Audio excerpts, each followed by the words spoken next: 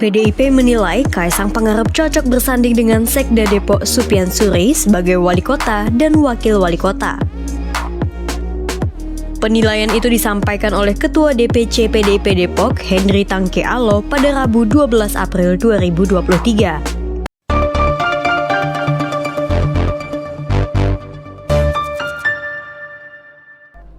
Assalamualaikum warahmatullahi wabarakatuh. Salam seger waras Om Pen.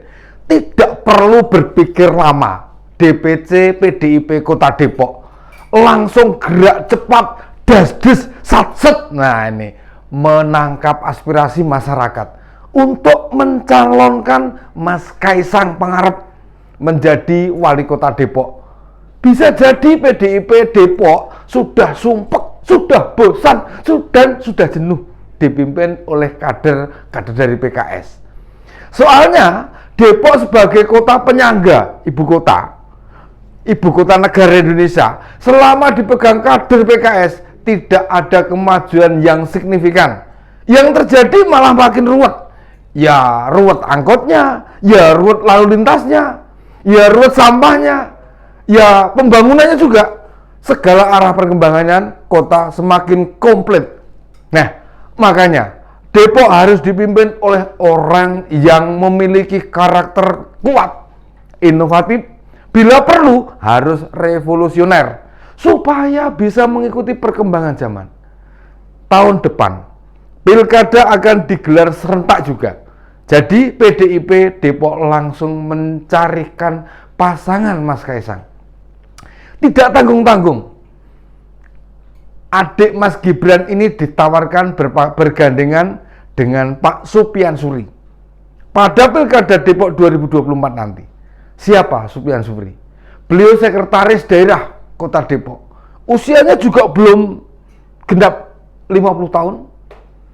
Terhitung masih lumayan muda dibandingkan beberapa sekretaris daerah. Pak Supyan Suri lumayan memiliki karir yang mentereng.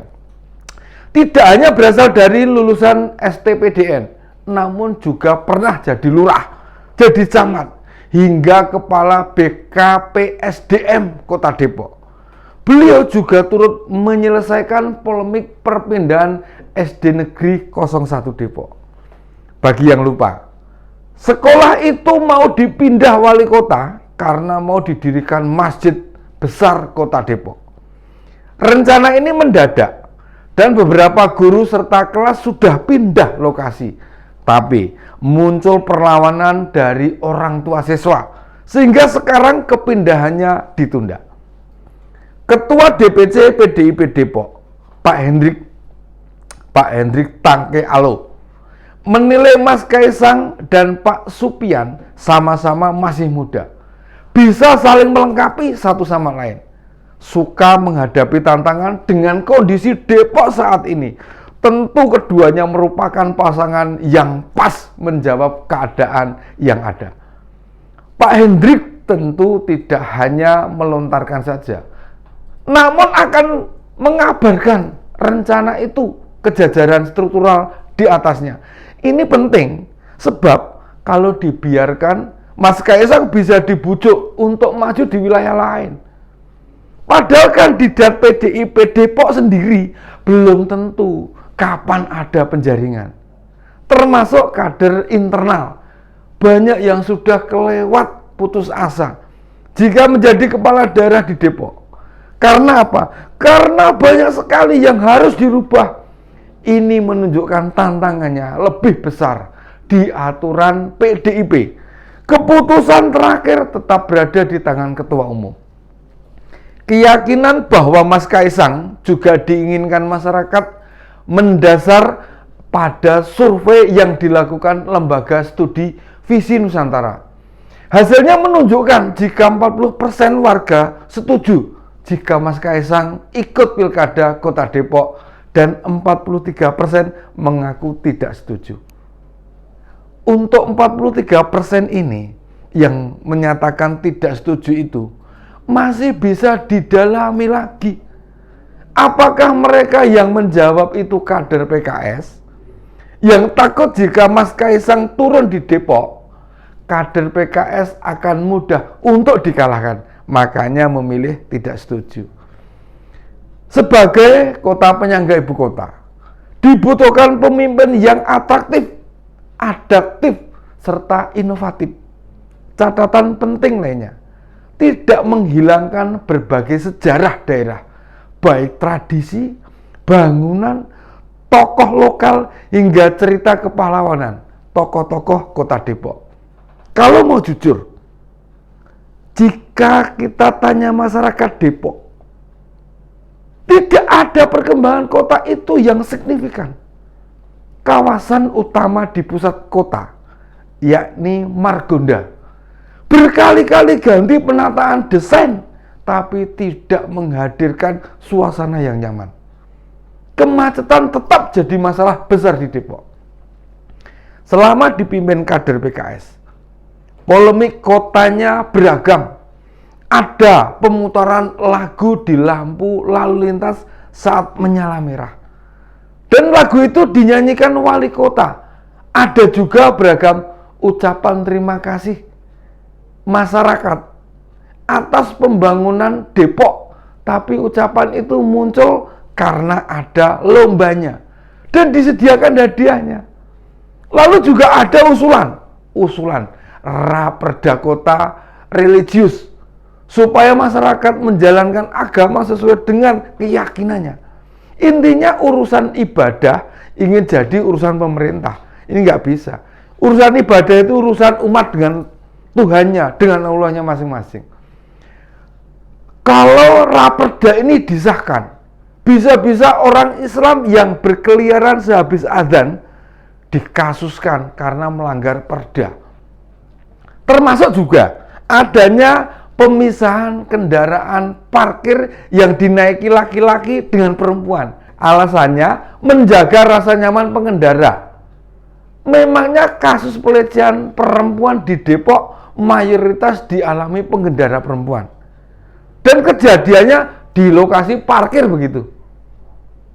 Bukankah biasanya kita kalau memarkir kendaraan ada beberapa orang, minimal ada petugas parkirnya, tidak sendirian yang bukan warga Depok. Kalau pas berkunjung ke sana dan naik sepeda motor, diingatkan, ingat parkirnya sesuai jenis kelaminnya, begitu.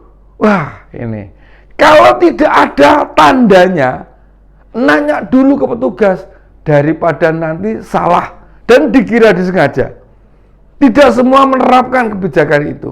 Ada beberapa, misalnya di perkantoran, pusat perbelanjaan, maupun di rumah sakit atau layanan kesehatan. Wali Kota Depok juga pernah mendapat mosi tidak percaya dari 38 anggota DPRD Kota Depok yang berasal dari 7 fraksi. Di antaranya ada fraksi PKB, fraksi PSI, fraksi PDIP, fraksi PAN, dan fraksi P3 serta fraksi Demokrat. Gerindra termasuk di antaranya, serta fraksi Golkar. Bisa jadi hanya fraksi PKS saja yang bertahan. Nama Mas Kaisang muncul nih karena aspirasi yang diajukan oleh DPP Ganjar Pranowo Center. Mereka mengaku prihatin melihat kota Depok yang tidak mengalami perkembangan signifikan. Padahal Depok cukup banyak terdapat institusi kredibel. Salah satunya Universitas Indonesia. Tapi dalam 20 tahun terakhir, jabatan wali kota Depok selalu mampu dimenangkan oleh kader-kader PKS. Sehingga memunculkan anggapan tidak inovatifnya perkembangan kota ya karena pemimpinnya lebih fokus membangun agama saja. Tahun 2005, wali kota Depok dijabat oleh Nur Mahmudi dan kembali menang dalam Pilkada 2010. Di tahun 2015, jagoan mereka Muhammad Idris yang jadi wakil Pak Nur Mahmudi saat wali kota giliran menggantikan dan kembali menang. PKS ingin mengulang sejarah Pak Muhammad Idris sudah 2 periode memimpin kota Depok. Maka tahun 2024 giliran Pak Imam Budi Hartono yang sekarang wakil wali kota akan dijadikan calon wali kota. Pertarungan perebutan jabatan wali kota Depok, jika benar Mas Kaisang bersedia, pasti akan berjalan menarik, sebab ini bukan sekedar pertempuran anak presiden, bukan pula untuk melihat bukti apakah Mas Kaisang bisa seperti Mas Gibran dan Mas Bobi. Sekali lagi, bukan itu. Termasuk pula bukan soal meruntuhkan dominasi PKS di Depok. Pertarungan Mas Kaisang dengan Pak Imam untuk melihat apakah masyarakat Depok masih merasa nyaman dipimpin kader PKS atau ingin kader yang revolusioner.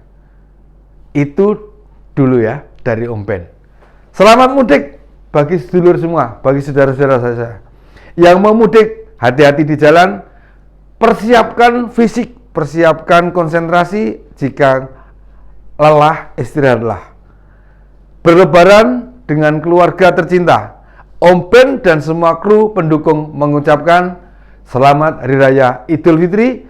Minal aidin wal faizin, mohon maaf lahir dan batin. Sampai ketemu di episode yang akan datang. Assalamualaikum warahmatullahi wabarakatuh.